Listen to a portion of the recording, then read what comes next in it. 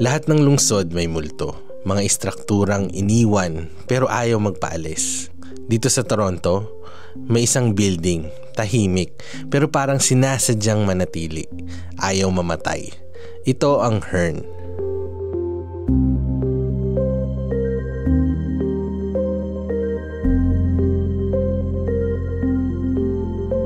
Noong 1951, binuksan ng Hearn Generating Station, isa sa mga halimaw ng industriya ng Toronto. Bumubuga ng mga kuryente ng halos kalahati sa Toronto. Uling nung simula, pagdating ng 70s, naging natural gas. Noong 1983, sinarado na. Sobrang luma, sobrang dumi.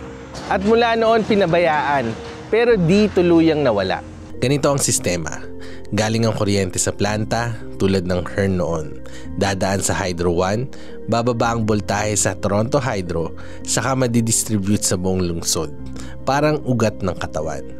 Ngayon, karamihan ay galing sa nuclear at hydro. Pero noong araw, isa si Hearn sa puso ng daloy. Ngayon, isa siyang kalansay na tumatayo pa rin. Pinapasok ng pelikula at fashion shoots. Ginamit sa Pacific Rim, Suicide Squad, Total Recall. Walang kuryente, pero may dating. Parang simbahan ng nakaraan. Pero sa ganitong mga lugar, hindi laging libre ang paghanga.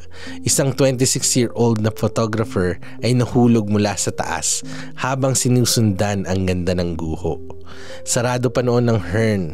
Wala silang balak sirain. Gusto lang nilang silipin ang tahimik na kwento ng pagkasira. Pag pumasok ka sa loob, mararamdaman mo yung bigat. Tahimik, walang tao, pero may iniingatang kwento. Noong 2016 muling binuksan, hindi bilang planta, kundi bilang art venue ng Luminato Festival.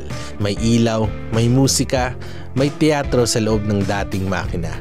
Biglang naisip ng lungsod, bakit nga ba hindi? Wala man ako doon pero makikita mo sa pictures na parang bumalik ang tibok ng puso ng building. Hindi bilang tagabigay ng kuryente, kundi ng inspirasyon. Toronto, palaging bago. Pero kapag puro bago, nasa ng ugat. Ang mga gusaling tulad ng Hearn, hindi lang dapat basta burahin.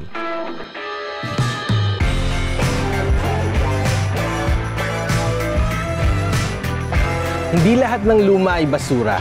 Minsan sila pa ang may pinakaimportanteng kwento. Ngayon, may panibagong pangarap, ang Hearn District. Planong gawing isang art hub, tech space, public plaza, urban farming, lahat ikinabit sa mismong kaluluwa ng gusali. Hindi lahat nostalgia. Isang hamon, buhayin ang gusaling ayaw mamatay.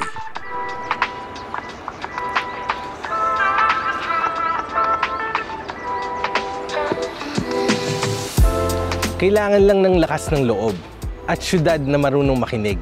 Kahit sa matagal ng tahimik. Hindi lahat ng multo kailangang takbuhan. Minsan, kailangan lang silang pakinggan.